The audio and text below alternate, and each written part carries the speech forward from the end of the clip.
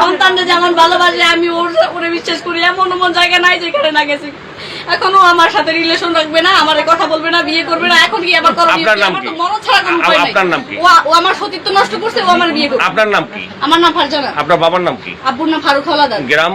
সোনাউটো। সোনাউটো। আপনি কার সাথে রিলেশন? আজকে এখানে কেন আসছেন? আসছি বাইজিতের সাথে আমার রিলেশন, ওর বিয়ে করতে। বাইজিতের আব্বার নাম কি? মানিক মোল্লা মেবি। আচ্ছা, তাহলে ওই আপনি এইখানে আসছেন কোন সময়? কালকে দুপুরে, একটার পরে। কি জন্য আসছেন? আসছি বিয়ের দাবিতে। আপনার সাথে তার সাথে কতদিনের সম্পর্ক 2 ছিল? বছরের। 2 বছরের। হ্যাঁ। আপনাদের সাথে কোন জায়গায় দেখা হয়েছে বা কোন কোন জায়গায়, স্থানগুলো একটু বলেন। কুয়াকাটা দেখা হয়েছে, তারপর যে বাইজিতের বড় মামা তার বাসায় দেখা হয়েছে। প্রয়োজনে কুয়াকাটার ভিডিও ফুটেজ আপনি নিতে পারেন, সিসিটিভি ফুটেজ। আর হচ্ছে এরকম নানা, আর ওর বাসায় আমার দেখা হয়েছে। আমারে ও ঢাকার বাসায় নিয়েছিল। কতদিন ছিলেন সেখানে? সেখানে একদিন ছিলাম। ধরেন আমি 2টায় গেছি, 5টায় বের হয়েছি। ওর সাথে একত্রে কতদিন ছিলেন? ওর সাথে একত্রে তা অনেকবার থাকছি, 5-6 বার। আপনি ওর সাথে একত্রে থাকছেন কি জন্য? মানে কোন লোভে আপনাকে? ও আমারে বলছে বিয়ে করবে কুয়াকাটা যাওয়ার আগে।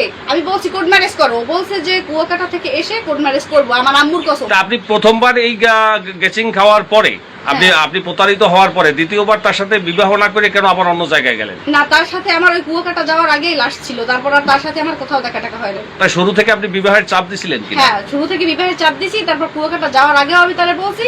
তারপর সে বলছে যে কুয়াকাটা থেকে এখন এই জায়গায় আসছেন, আসার পরে তারা আপনার সাথে গতকালকে রাত্রে থেকে কি ধরনের ব্যবহার করছে পরিবারের লোকজন?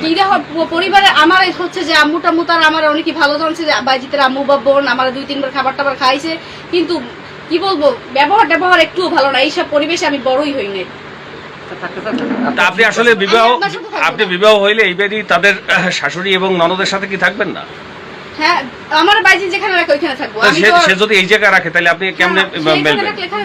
আপনি যেহেতু আপনার শ্বশুর বাড়ির দাবিতেই আসছেন, যেহেতু আপনার শাশুড়ির নামে বিরোধিতা করলে তো আপনি সেখানে থাকতে পারবেন না। না, আমি তার নামে বিরোধিতা করি নাই।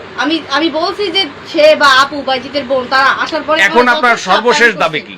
সর্বশেষ দাবি আমারে বিয়ে করতে হবে। যে কোনো কিছু বিয়ে না করলে আমি এখানে বসে আত্মহত্যা করবো।